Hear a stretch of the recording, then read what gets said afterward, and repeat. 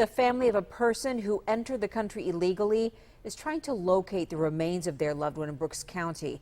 They sought out the help of a San Diego-based search group to locate their family member. And now they're learning the search can't take place. Channel 5's Ryan Nelson joins us in our studio to explain why this effort is at a standstill. The family of Edgar Eladio Don Juan traveled north to the Rio Grande Valley on Monday. They tell Channel 5 News they just want to recover their loved one's remains so they can give him a proper burial.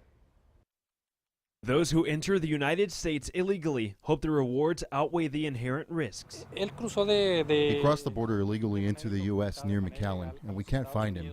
We haven't heard from him or anything else. Pedro Lerma tells Channel 5 News his nephew Edgar Eladio Don Juan crossed through McAllen en route to Houston. He was traveling north with the intent of being reunited with his children. He was deported to Mexico, so he was trying to get back to them. Don Juan's family received a call from a fellow traveler with a grim message. The voice on the other line told the family he died during the trip and said his buried remains could be found in Brooks County. One of the persons that was crossing with him was the one that told us what had happened to him. He was the one that told us that my nephew had passed away and that he had stayed behind. That's how we know what happened. Lerma sought out the guidance and counsel of a man with experience in the area of finding missing immigrants. A Google search led the family to Rafael Hernandez of the activist group Angeles del Desierto. We are a rescue team. Next month, our organization will be 21 years old. We started in California. We try to recover missing people in deserts, valleys, or even rivers, or the sea in Mexico and the U.S. Hernandez and his crew traveled to the valley with the intent of carrying out a sweep throughout several Falfurrias ranches. They learned they would first need to gain the permission of the ranch owners. The only thing they tell us is that it's not up to them or the Border Patrol to get permission to get into the ranches. It's up to the owners. Right now, Hernandez and Don Juan's family are facing a few challenges in locating their loved one. For starters, they don't have a pinpoint location on where the suspected remains may be. The area they'd like to search encompasses thousands of acres.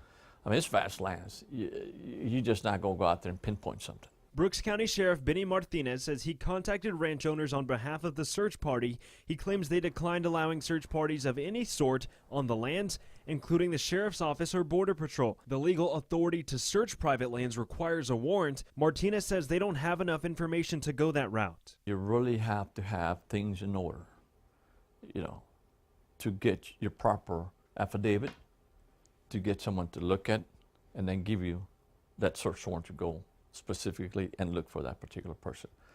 But that many miles, vast lands, it's very difficult. It's a very difficult situation. It is unbearable. It's not easy to know that someone has died and for the family trying to find him. No one can tell you that they are fine when their son died. It's very hard. Lerma hopes they'll one day have a final resting place for Don Juan. Sheriff Martinez says the person who called Don Juan's family is the missing link. He says if this person comes forward, perhaps law enforcement would have enough evidence to obtain a warrant. In the studio, Ryan Nelson.